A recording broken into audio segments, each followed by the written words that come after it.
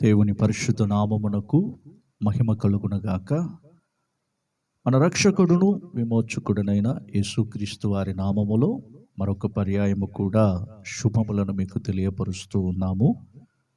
ప్రియ దేవుని బిడలారా, మరి ఈ లైవ్ ప్రార్థనలో పాలు పొందిన బిడలకు కూడా ప్రభువు పేరిట మరొకసారి కూడా వందనాలను తెలియపరుస్తూ ఉన్నాను. తప్పకుండా ప్రతిరోజు మరి లైవ్ ప్రార్థనలో పాలు పొందగలరని మీకు మనవి చేస్తూ ఉన్నాము. ఆటంకములన్నీ కూడా ప్రభువు తొలగించి ప్రతిరోజు జరిగేటువంటి ఈ ప్రార్థనలో మీరు మాతో పాటు కూడా కలిసి ఈ విధంగా ప్రార్థన చేస్తున్నందుకు మరి దేవుడు ఎంతగానో సంతోషిస్తూ ఉన్నాడు. కేవలం ఆత్మల రక్షణ కొరకు, పాపములో బ్రతుకుచున్న వారి విమోచనము కొరకు ఈ శిలువ ధ్యాన దినములలో అనేకులు మరి ప్రభు సన్నిధిలో పాలు పొందుతూ ఉంటారు. ఏది ఏమైనప్పటికీ మారు మనసు పొందాలి, పాప క్షమాపణ పొందాలి, పాపపు క్రియలను విడిచి నూతన స్వభావములను మనము ధరించుకుంటూ ఉన్నప్పుడు మన జీవితాలు బాగుపడతాయి. ఇతరులకు మనము సాక్షులుగా మరి వారి మధ్యలో ఉండగలం. యేసు ప్రభువు వారు మరి ఈ లోకములో ఆయన బ్రతికిన దినములన్నిటిలో కూడా ఆయన జీవితము అనున్నది మనకు ఒక మాదిరిగా ఉంచబడిను. క్రీస్తు శ్రమలను మనము ధ్యానిస్తూ ఉన్నప్పుడు మనలో ఒక మార్పు కలుగుతూ ఉన్నట్లయితే నిశ్చయముగా మన కుటుంబాలు ఆశీర్వదింపబడతాయి. మనము కూడా ఆశీర్వదింపబడిన జీవితం అనేది చూడగలం. ఫలించి అభివృద్ధి పొందే అనుభవములో మనము ఎదగగలమనే నిశ్చయత మనకు కలుగుతూ ఉండును. క్రీస్తు శ్రమలు మనము ధ్యానించుచూ ఉన్నప్పుడు మనలో ఒక మార్పు కలుగుతుంది. ఎందుకంటే భక్తులు ఇలాగ చెప్తూ ఉంటారు, సిలువను గురించిన వార్త నశించిపోవచ్చున్న వారికి వెర్రితనము, రక్షింపబడిన మనకు దేవుని శక్తి అని చెప్పి వాక్యములో మనం చదువుతూ ఉన్నాం. కనుక ఈ సిలువ ధ్యానములలో క్రీస్తు శ్రమలను గురించి మనము అధికముగా ధ్యానిస్తూ ఉన్నట్లయితే మన తలంపులు, మన క్రియలు, మన నడవడికలు, మన ప్రవర్తనలన్నిటిలో కూడా మార్పు కలుగుతుంది. వెండి బంగారములు అనేకముగా ఉన్నప్పటికీ మరి దేవుడు అనుగ్రహించు ధర్మశాస్త్రమును మనకెంతో ప్రీతికరముగా మార్చబడుతూ ఉన్నది. దావీదు భక్తుడు అంటున్నాడు కదా, దీవారాత్రములను నీ ధర్మశాస్త్రమును ధ్యానించువారు ధన్యులు అని చెప్పుచూ ఉన్నాడు. ఎవరైతే దీవారాత్రములు దేవుని ధర్మశాస్త్రమును ధ్యానించువారముగా ఉంటున్నామో మనము ధన్యులమై ఉన్నాం. ఒకవేళ ఈ లోకములో మనకు ఆస్తులు లేకపోవచ్చు, అంతస్తులు లేకపోవచ్చు, పేరు ప్రఖ్యాతులు లేకపోవచ్చు, పలుకుబడులు లేకపోవచ్చు, కానీ దేవుడిచ్చినటువంటి ఈ ధర్మశాస్త్రం మన చేతిలో ఉన్నది గనుక మనమే ధనవంతులం. హల్లెలూయా, మనమే ధనవంతులమై ఉన్నాం. ఎందుకంటే దేవుని వాక్యాన్ని మనము ధ్యానిస్తూ ఉన్నట్లయితే అన్యుల కంటే మనమే ఐశ్వర్యవంతులమై ఉన్నాం. వెండి బంగారముల కంటే దేవుడు అనుగ్రహించిన ఈ వాక్యము అనేది చాలా విలువైనది.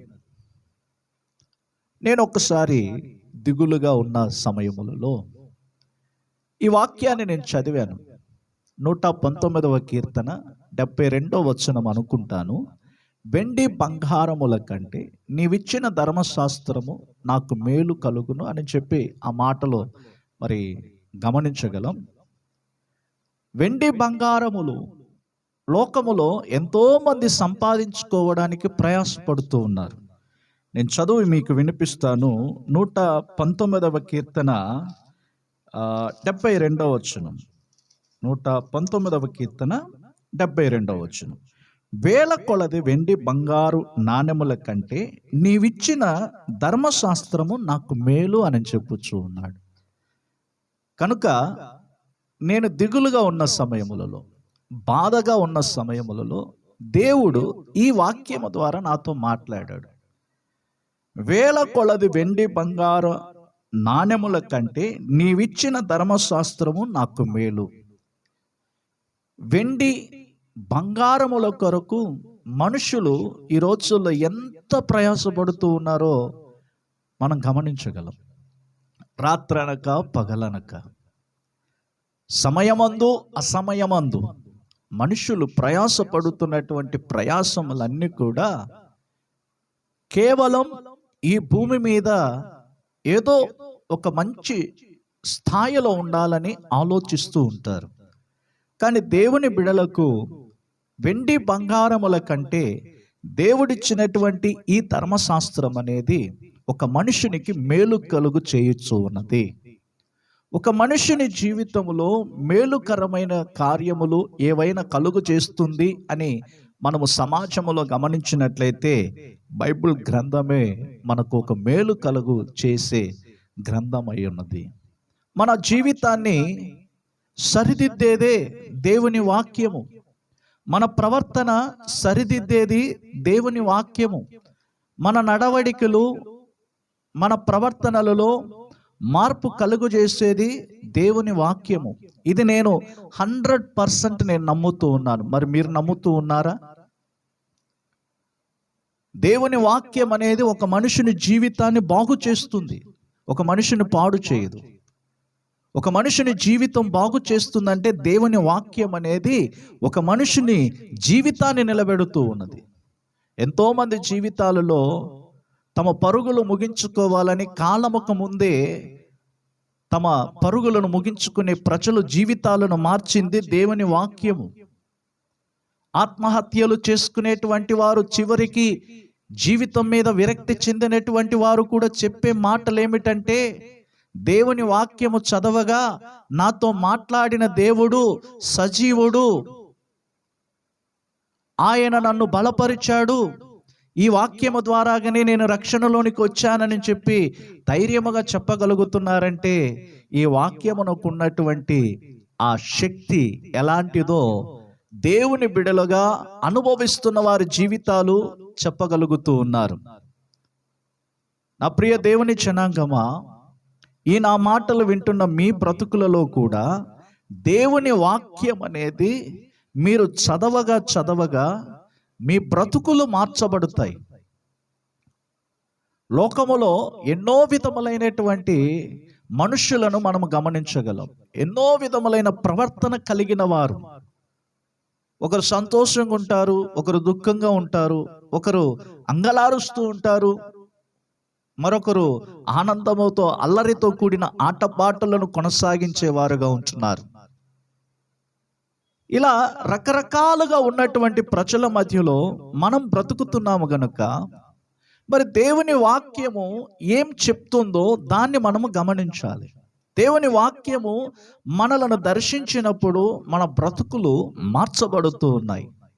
దేవుని వాక్యాన్ని మనము సరిగ్గా అర్థం చేసుకుంటున్నట్లయితే దిగులుగా ఉన్న సమయములోను, కష్టములో ఉన్న సమయములలోను, వేదనలతో కూడిన బ్రతుకులు మనము కొనసాగిస్తున్న సమయములలోనూ దేవుని వాక్యము మనము చదువుతూ ఉన్నప్పుడు ఆ వాక్యము మనలను దర్శిస్తూ ఉన్నది, ఆ వాక్యము మనలను బలపరుస్తూ ఉన్నది, ఆ వాక్యము ద్వారాగా మనము ఆదరించబడుతూ ఉన్నాము, ఆ వాక్యము ద్వారాగా మనము నిరీక్షణతో కూడిన జీవితాన్ని చేయగలుగుతూ ఉన్నాము.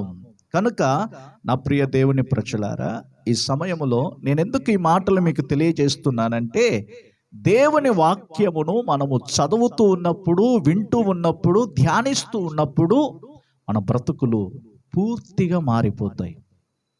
లోకములో ఎన్నో విధములైనటువంటి జ్ఞానవంతులు ఉన్నారు, ఎంతో మంది శాస్త్రజ్ఞులు ఉన్నారు, ఎంతో మంది ఉన్నత విద్య చదివినటువంటి వారు ఉన్నారు. కానీ కొరింథీయులకు రాసినటువంటి పత్రికలు అపోస్తుడైన పౌలు మరి చెప్పుచున్న మాటలు ఏమిటంటే, లోకములో ఉన్న జ్ఞానులను సిగ్గుపరచుటకు వెర్రివారిని దేవుడు ఏర్పరచుకున్నాడంట. అవును, నీవు నేను వెర్రివారం. కారణం ఏమిటంటే దేవుని వాక్యాన్ని మనము సరిగ్గా తెలుసుకోవడం మూలముగా ప్రభువు నిమిత్తము వెర్రివారముగా మార్చబడి ఉన్నాము. కనుక నా ప్రియ దేవుని బిడ్డలారా,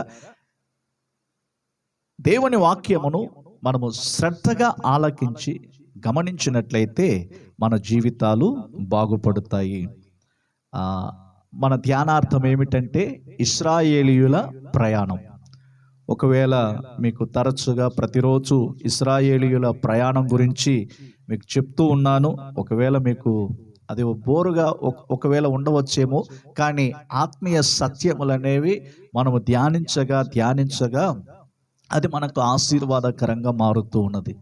ఎందుకంటే సత్య ఉపదేశములు అనేవి మనము నేర్చుకుంటూ ఉన్నప్పుడు, ఆధ్యాత్మికముగా ఉన్నతమైన ఉపదేశములను మనము ధ్యానిస్తూ ఉన్నప్పుడు మన జీవితాలలో మరి ఎంతగానో అభివృద్ధి పరచబడే వారముగా ఉంటున్నాం.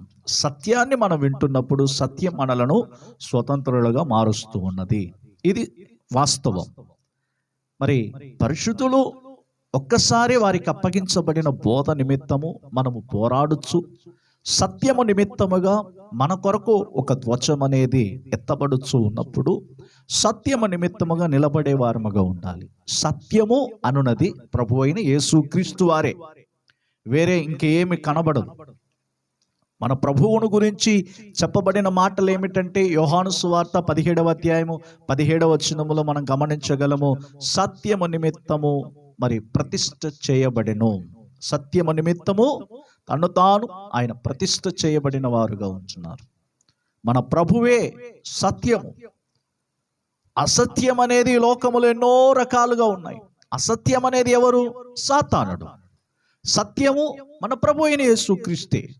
సత్యము నిమిత్తము ప్రతిష్ఠ చేయబడిను. కనుక సత్యము మనము నమ్మినప్పుడు మనకొక విడుదల దొరుకుతూ ఉన్నది.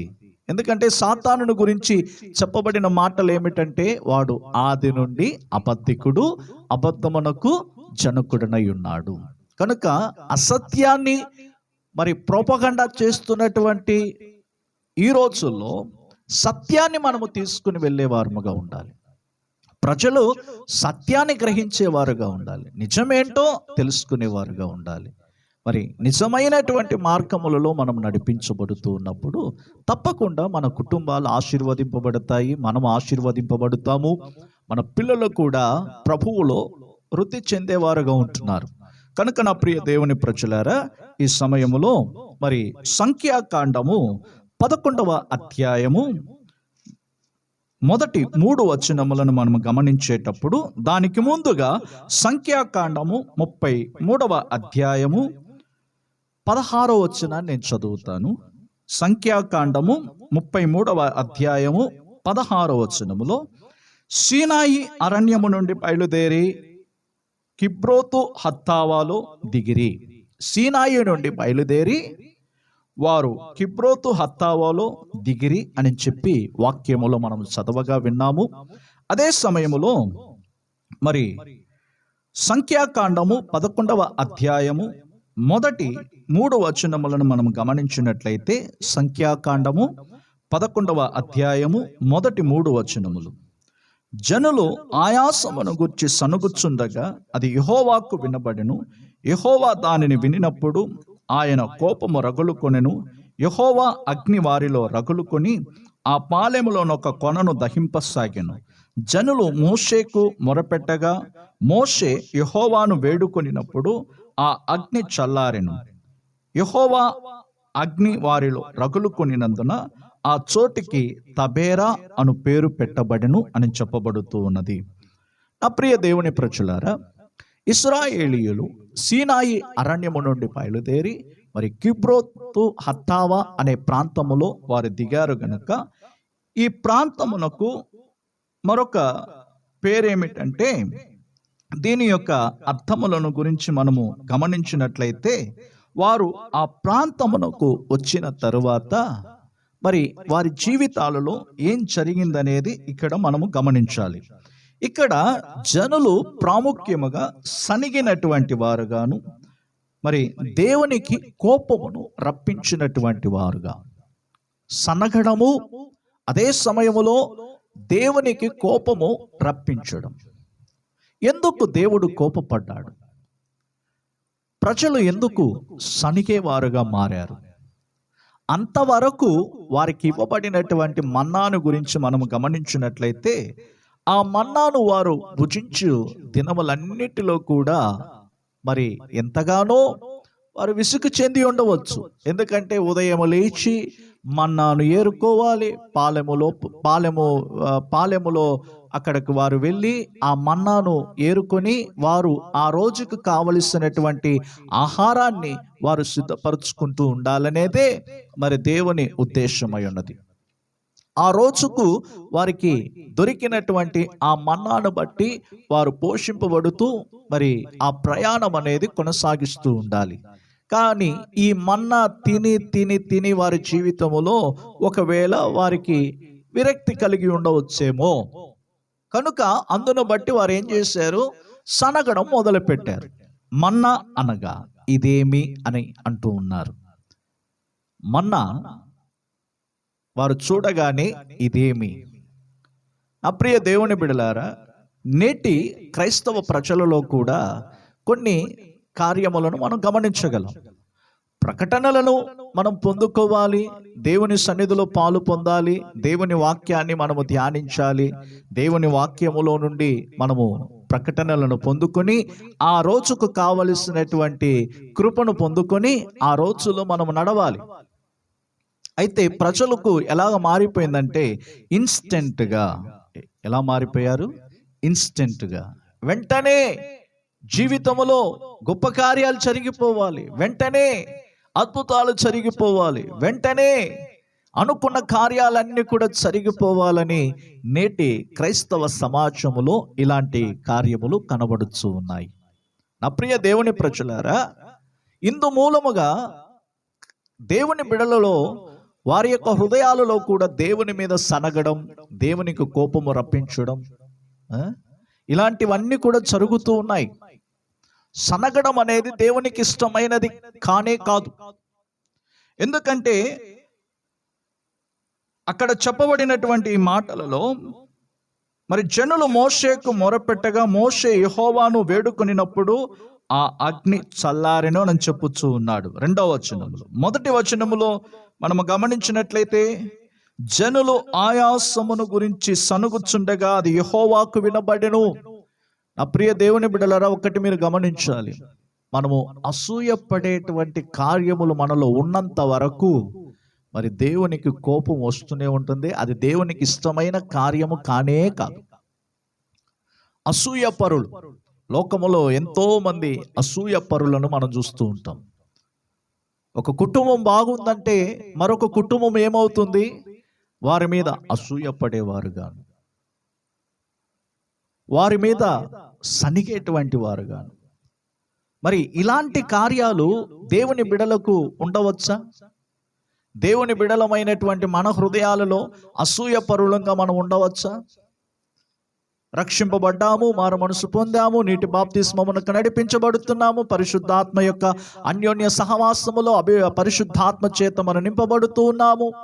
మరి ఇలాంటి దేవుని ప్రజలమైనటువంటి మనలో అసూయ అనేది ఉండవచ్చా? మీరైనా నేనైనా అసూయ పరులంగా మారకూడదు. దేవునికి ఇష్టం లేనటువంటి కార్యము ఏదైనా ఉన్నదంటే అసూయ. నా ప్రియ దేవుని బిడ్డలారా, ఒక దైవజనుడు ఆయన చెప్పినటువంటి మాటలలో ఒక మాట నాకు ఇప్పుడు గుర్తుకొస్తూ ఉన్నది. అదేమిటంటే, నాకంటే ఇతరులను ఎక్కువగా ఆశీర్వదించు అని చెప్పి ఆయన అడిగాడు. దేవా, నాకిచ్చిన ఈ సేవ కంటే ఇతరులకు ఇంకా గొప్ప సేవ దయచేయి ప్రభు అని చెప్పి ఆయన ప్రార్థించేవారు. ఒక గొప్ప దైవజనుడు ఆయన చెప్పిన మాటలలో నాకు చాలా ఆశ్చర్యం కలుగజేసింది.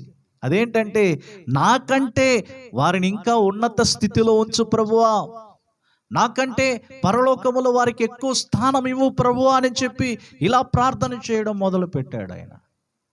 ఈ రోజుల్లో మనం అలా చేయగలుగుతూ ఉన్నామా? అలాంటి ప్రార్థన విన్నపములు మనలో ఉన్నాయా?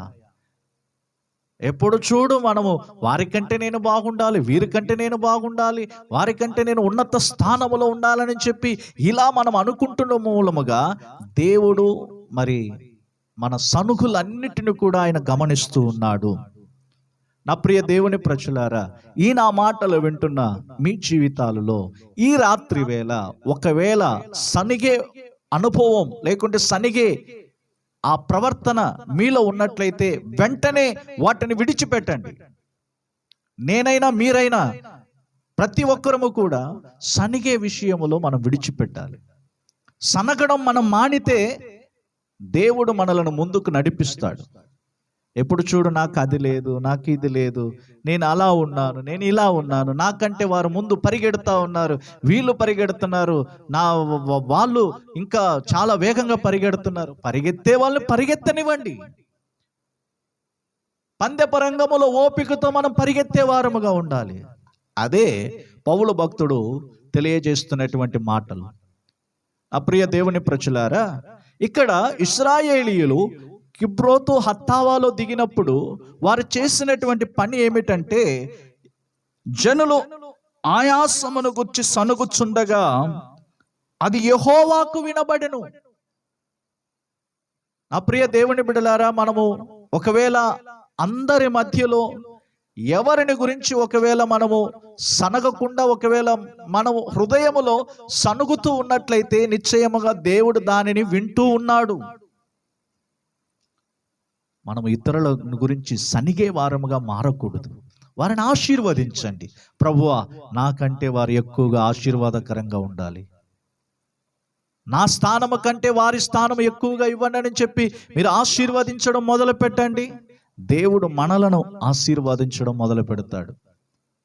అబ్రహాముకు చెప్పాడు, నీవు ఆశీర్వదించు వారిని నేను ఆశీర్వదించేదను అని చెప్పాడు కదా. మరి ఈ వాక్యాలన్నీ ఎక్కడికి పోతున్నాయి? క్రైస్తవ ప్రజలమైనటువంటి మన బ్రతుకులలో దేవుని బిడలైనటువంటి వారి హృదయాలలో ఎప్పుడు చూడు అసూయపరులుగా మారినట్లయితే మనము సాధించేది ఏమీ ఉండదు. దేవుని రాజ్యం పోగొట్టుకోవడం తప్ప వేరే ఏది మనకుండదు. కనుక దేవుని అగ్ని ఆ ప్రదేశములో ఒక మూలన మరి అక్కడ కనబడుచు ఉన్నట్లుగా ఇక్కడ వాక్యములో మనం చదువుతూ ఉన్నాం. 4వ వచనములో, వారి మధ్యనున్న మిశ్రిత జనము మాంసాపేక్ష అధికముగా కనపరచుగా ఇశ్రాయేలీయులను మరలా ఏడ్చి మాకెవరు మాంసం పెట్టుదురని చెప్పి ఆ క్రింద వాక్య భాగంలో మనం చదువుతూ ఉన్నాం. నా ప్రియ దేవుని ప్రజలారా, మరి దేవునికి హేయమైనటువంటి కార్యములు ఏవైనా ఉన్నట్లయితే మనము సనిగే వారముగానో గొణిగే వారముగానో అసూయపరులముగానో మన హృదయములో ద్వేషము, అసూయ ఇవన్నీ పెంచుకుంటూ పోతున్నట్లయితే మనకు అనారోగ్యములు తప్ప జీవితంలో మార్పు అనేది కలగదు. ఒకానొక సందర్భములో ఒక దైవజనుడు ఇలాగ చెప్పాడు. ఆయన పుస్తకములో రాసుకుని ఈ మాటలను తెలియజేస్తూ వచ్చాడు. ఆయన పుస్తకములో ఒక సహోదరికి చాలా కాలము నుండి ఆమెకు అనారోగ్యముతో బాధపడుచు ఉన్నప్పుడు ఆమె ఆ దైవజను దగ్గరకు వచ్చి, అయ్యా నాకు ఈ రోగము నుండి విడుదల కావాలి అని చెప్పి ప్రార్థన చేస్తూ ఉన్నప్పుడు ప్రార్థన చేయమని చెప్పి ఆ దైవజనుని అడిగింది. అప్పుడు ఆ దైవజనుడు ప్రార్థన చేసి ఆమెకు చెప్పిన మాటలు ఏమిటంటే, అమ్మా, నీలో చాలా క్షమించలేనటువంటి ఒక గుణం ఉన్నది. అది మొదటిగా నీవు ఎవరినైతే ఎక్కువగా క్షమించలేకపోయావో వారిని క్షమించుము, ఈ రోగము నీ యొద్ద నుండి విడుదల దొరుకుతుందని చెప్పినప్పుడు ఆమె క్షమించడానికి ఆమెకు మనస్సు లేదు. అయితే దైవజనుడు చెప్పిన మాటను బట్టి ఆమె విధేయత చూపి వెంటనే ఆమె తన గృహమునకు వెళ్ళి మనస్పూర్వకముగా, అంటే మనస్ఫూర్తిగా, మనపూర్వకముగా, హృదయపూర్వకముగా ఆమె ఏం చేసిందంటే, ప్రభువా, ఈ రోజు నుండి ఆ వ్యక్తిని నేను క్షమిస్తున్నానని చెప్పి ఆమె ఎప్పుడైతే మనపూర్వకముగా దేవుని సన్నిధిలో ప్రాధేయపడినదో ఆ దినం మొదలుకొని ఆమె జీవితంలో ఆమెను పట్టి పీడిస్తున్నటువంటి ఆ వ్యాధికి విడుదల దొరికింది. నా ప్రియ దేవుని బిడలారా, ఈ రోజుల్లో వైద్యులు కూడా చెప్పేటువంటి మాటలు ఏమిటంటే, ఏమంటున్నారు? డాక్టర్లు వారు చెప్పే మాటలు ఎలా ఉంటున్నాయి? మీ దేవుడు మిమ్మల్ని బాగు చేస్తాడేమో అని అంటున్నారు. ఆఖరికి చివరి క్షణములో వారు చెప్పే మాటలు అవే. కనుక నా ప్రియ దేవుని బిడలారా, మన జీవితాలలో ఆరోగ్యకరముగా బ్రతకాలంటే సనగడం మనం మానాలి. మనకు దేవుడిచ్చిన దాంట్లో సంతోషపడుదాం. దేవుడు మనకిచ్చిన వాటిలోనే ఆనందపడుదాం. ప్రభువునందు ఆనందిద్దాం. ఉన్నా లేకపోయినా, అంతస్తులున్నా అంతస్తులు లేకపోయినా, ఆస్తులు ఉన్నా ఆస్తులు లేకపోయినా, పేరు ఉన్న పేరు లేకపోయినా, మనం ప్రభువునందు ఆనందించే వారముగా ఉండాలి. పలుకుబడి ఉన్నా పలుకుబడి లేకపోయినా ప్రభువునందు ఆనందిస్తే అదే గొప్ప పరలోక సంతోషాన్ని మనం అనుభవించగలం. నరకం ఎక్కడో ఉండదు. మనం ఇతరులను క్షమించకపోయినప్పుడు, మనం ఇతరుల పట్ల అసూయ పడుతూ ఉన్నప్పుడు, సనగడం, గొనగడం, ఇవన్నీ కూడా మన జీవితంలో ఉన్నంత వరకు అదే మనకు ఒక నరకం. అవన్నీ కూడా విడిచిపెట్టి పరలోక రాజ్యమును గురించి ధ్యానించడం మొదలు పెట్టండి. ఒక గొప్ప సంతోషం మనలో కలుగుతుంది. అదే పరలోక సంతోషం. ఈ భూమి మీద మనం పరలోక రాజ్యమును మనం అనుభవించాలంటే ఇప్పుడు ప్రాణముతో ఉన్నప్పుడే కదా మనం అన్నిటినీ దేవుని సంతోషాన్ని అనుభవించాలి. ఇవన్నీ కూడా విడిచిపెట్టేసి మాకు అది లేదు ఇది లేదు అని చెప్పే స్థితిలోనికి రాకండి దయచేసి. దేవుని బిడలమైన మనకున్నా లేకపోయినా దేవుడు మనకున్నాడు. యేసయ్య మనకున్నాడు.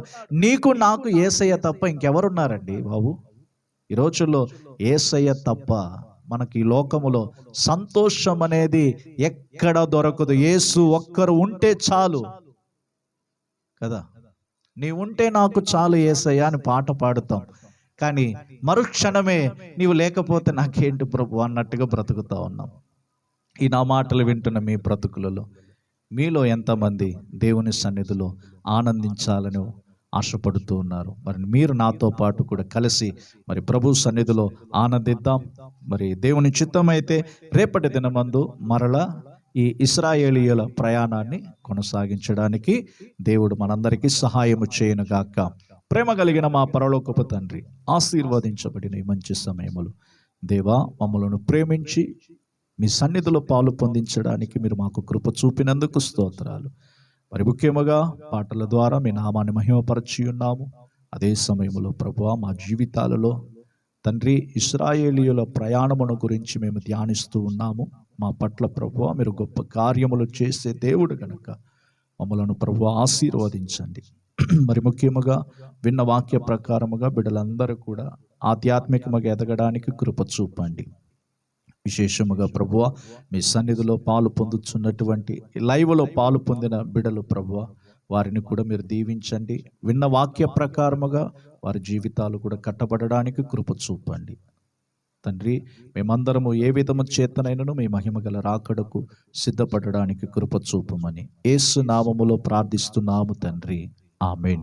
కనుక నా ప్రియ దేవుని ప్రజలారా, ప్రతిరోజు అందించబడుతున్న వర్తమానములను వింటూ ఆధ్యాత్మికముగా బలపరచబడుతూ ఏ విధము చేతనైనను మనం అందరము కూడా ప్రభు రాకడకు సిద్ధపడుదాం. ప్రభు సన్నిధిలో మనము ఏకీభవించి మరి ముందుకు కొనసాగుతూ ఉన్నట్లయితే దేవుడు మిమ్ములను మీ కుటుంబాలను ఆశీర్వదించి దీవించునుగాక. Praise the lord.